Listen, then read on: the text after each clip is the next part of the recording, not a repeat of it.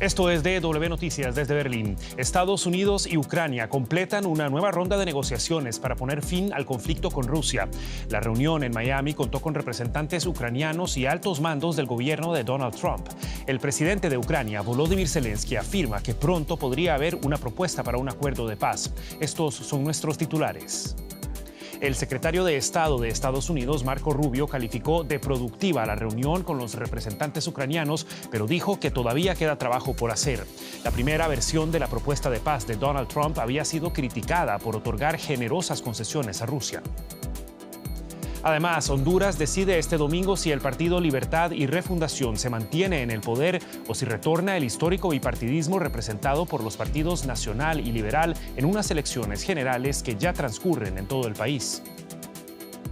Y con un intenso despliegue militar estadounidense frente a sus costas, Venezuela reacciona a la declaratoria del cierre de su espacio aéreo por parte de Donald Trump.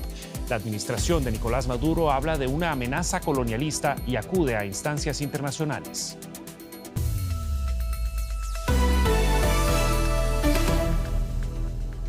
Los saluda Javier Arguedas. Gracias por informarse con nosotros. Representantes estadounidenses y ucranianos de alto nivel se reunieron este domingo en Miami, Florida, para buscar una salida a la guerra entre Rusia y Ucrania.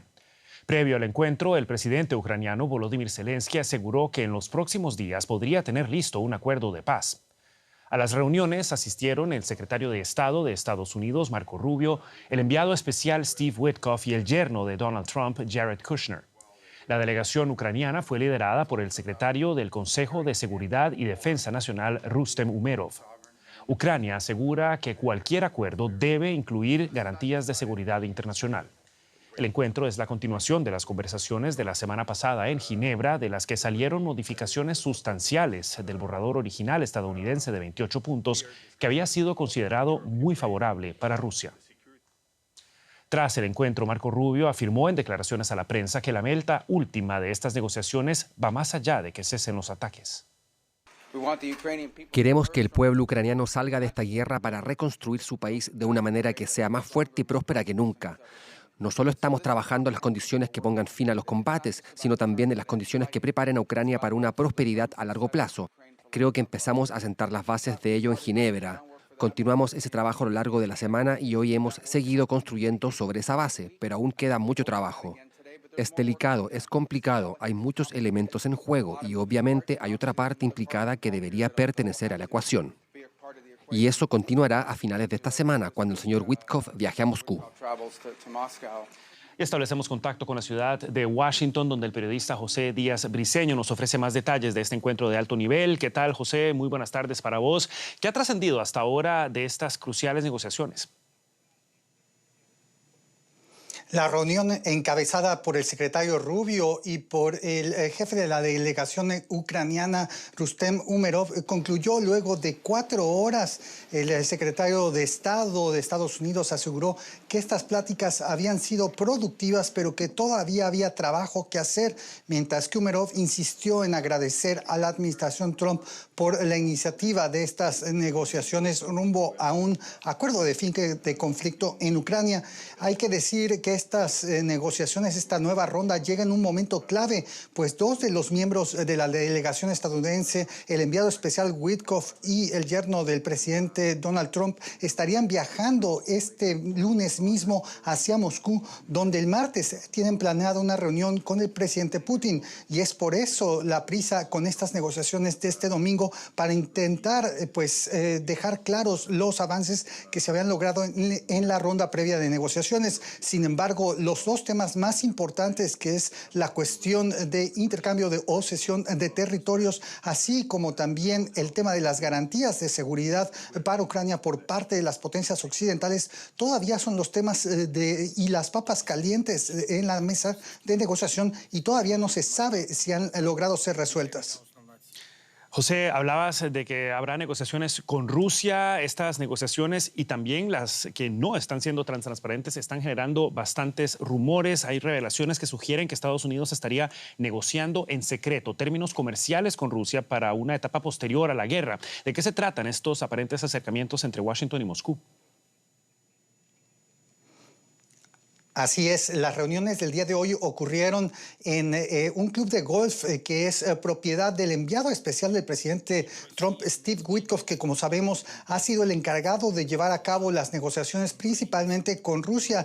Y alrededor del enviado especial Witkoff ha habido una tormenta de especulaciones y también de enojo desde el propio Capitolio ante la revelación de algunas conversaciones con enviados rusos asegurando básicamente una forma de trabajar con ellos para presentar ideas al presidente Trump que fueran de alguna manera benéficas para Rusia. Ahora también se sabe, gracias al diario The Wall Street Journal, que en paralelo a las negociaciones de este plan de 28 puntos que era favorable a Rusia para terminar con el conflicto, también Witkoff estuvo negociando concesiones prioritarias para los negocios estadounidenses, los empresarios estadounidenses y algunos cercanos a la Casa Blanca para tener acceso a algunos sectores industriales de Rusia una vez terminado el conflicto.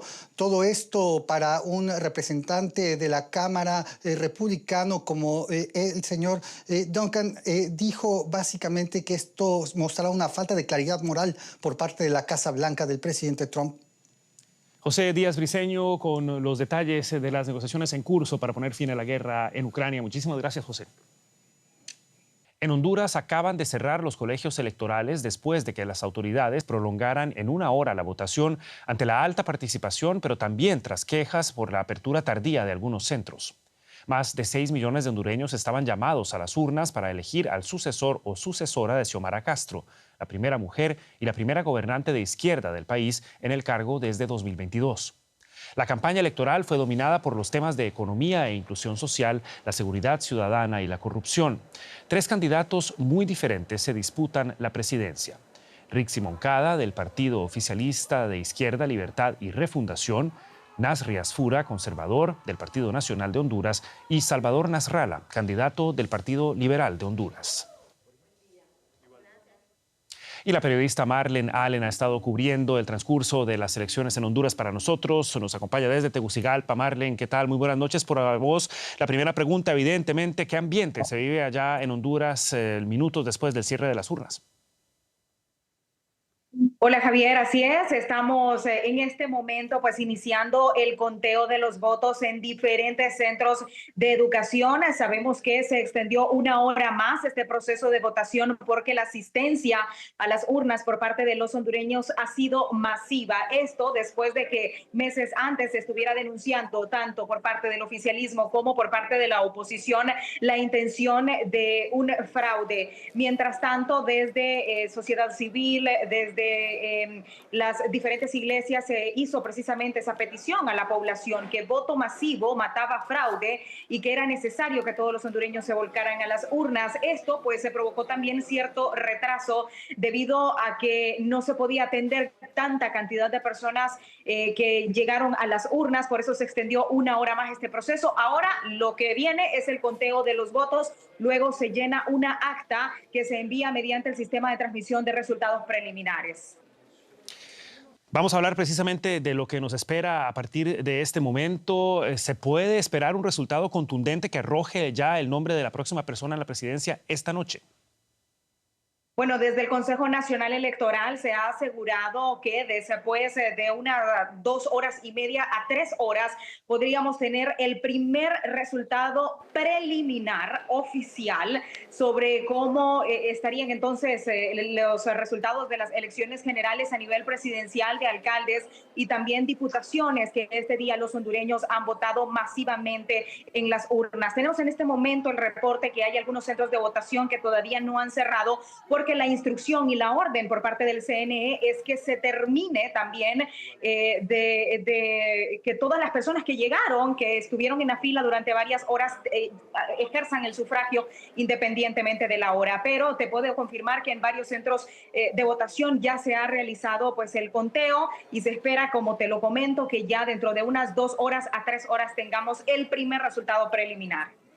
Una alta participación, señal positiva para la democracia en Honduras. Marlene Allen con los detalles. Seguiremos, por supuesto, muy pendientes. Hasta la próxima. Hasta la próxima, Javier.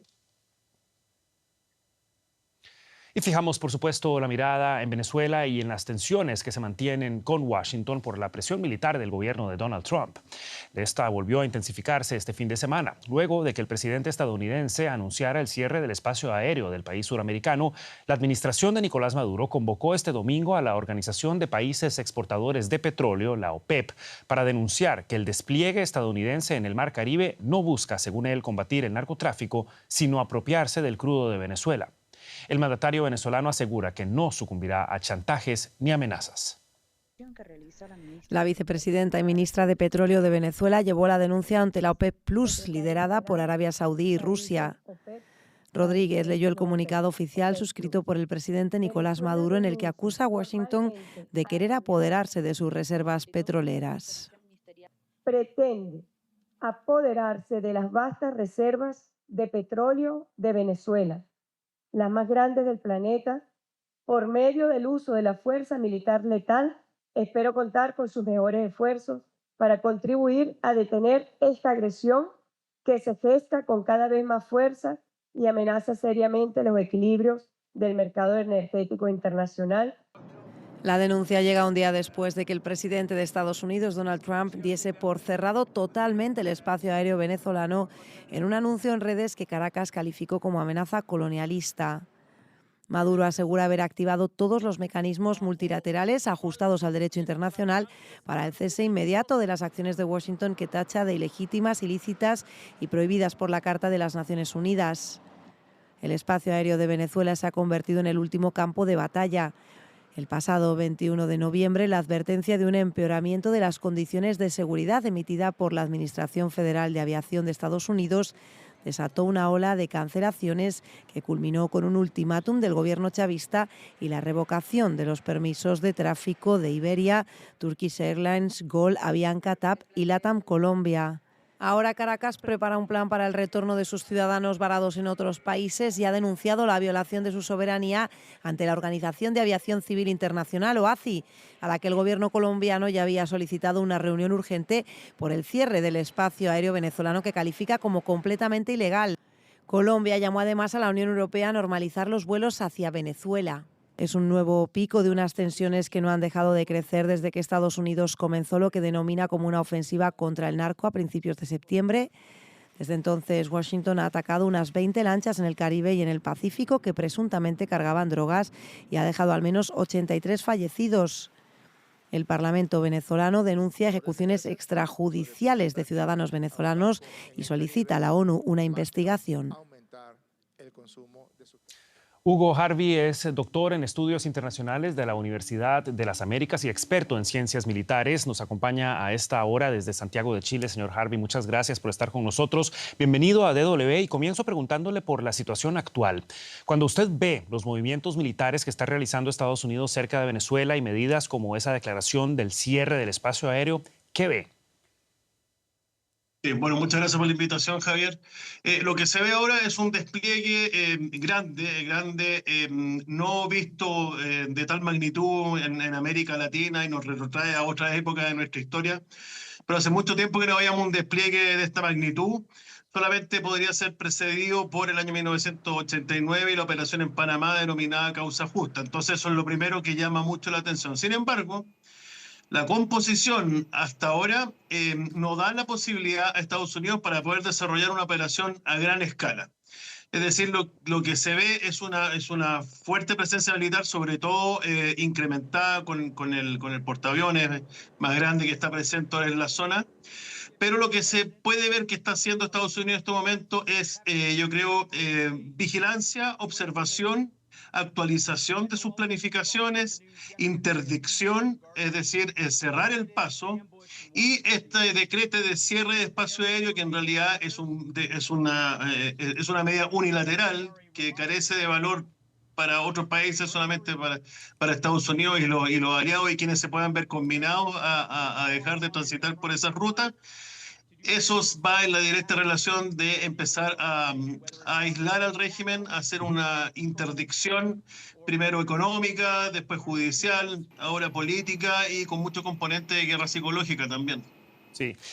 Usted mencionaba el caso de Panamá. Justamente la razón por la que muchos temen que haya una intervención militar en Venezuela es ese recuerdo de una misión que al final fue para derrocar un gobierno. Con base en lo que entiendo, usted entonces ve que los recursos militares que está desplegando Estados Unidos están destinados a la guerra contra el narcotráfico. ¿Tiene sentido este despliegue para esos fines?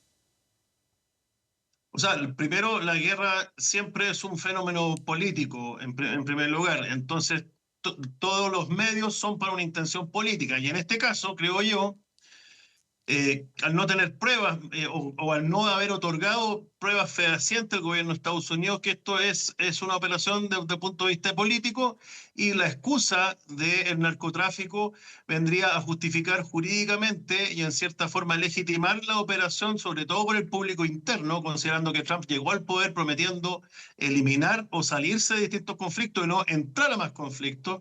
Por lo tanto, esto sería parte de la operación de configuración o el relato que siempre tiene que acompañar una maniobra operacional.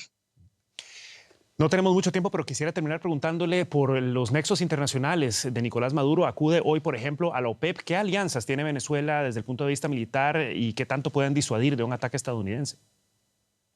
Bueno, desde mi punto de vista, Venezuela, en primer lugar, trató de hacer figurar esta presencia de fuerzas militares norteamericanas como una agresión hacia toda la región y en realidad las muchas organizaciones multilaterales que hay en América Latina una vez más demostraron su ineficacia, que en realidad son solamente adornos, y en este caso está acudiendo ahora a la OPEP, y la OPEP tampoco ha demostrado gran apoyo. Y lo otro que podemos ver que China está silente, Rusia está preocupado de lo que está pasando en Ucrania, Irán tiene sus capacidades sumamente disminuidas, por lo tanto es poco el apoyo que le han dado en términos materiales y poco el apoyo que le están dando en términos políticos. Desde mi punto de vista, se están reconfigurando la esfera de influencia de la Guerra Fría en el sentido de que China, Rusia no se inmiscuyen en lo que ocurra en América Latina y Estados Unidos debería hacer lo propio en el Asia en términos de lo que pudiera hacer próximamente China en contra de Taiwán.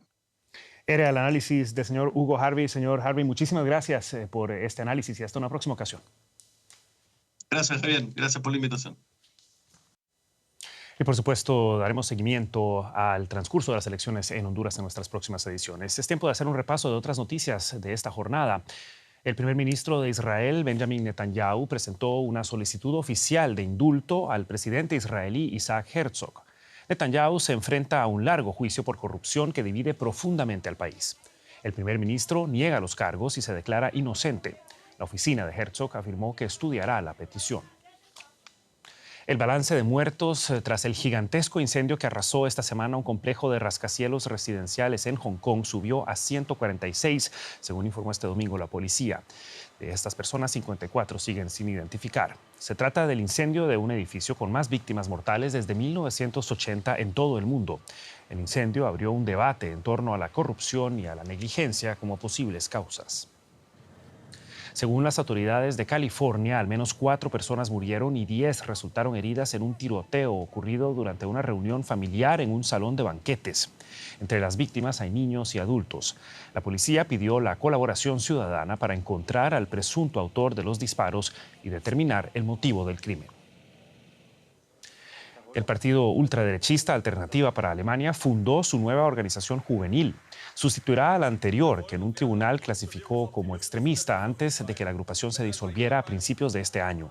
Decenas de miles de manifestantes protestaron ante el Congreso Fundacional en la ciudad de Gießen, a unos 70 kilómetros al norte de Frankfurt. Y antes de irnos, el Papa León XIV reiteró este domingo que la solución de los 2 estados es la única forma de resolver el conflicto entre Israel y los palestinos. Al comienzo de una visita de 3 días al Líbano, el Papa también instó a los líderes políticos del país a convertirse en verdaderos pacificadores e hizo un llamado al pueblo libanés para que abrace la reconciliación en su tierra dividida. El Líbano es un país de mayoría musulmana, pero alrededor de 1/3 de la población es cristiana.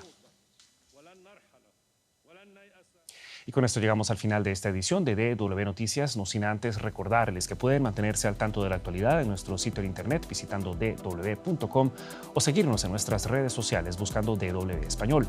Soy Javier Arguedas, junto a todo el equipo que trabaja para ustedes aquí en Berlín. Hasta una próxima ocasión y que la pasen bien.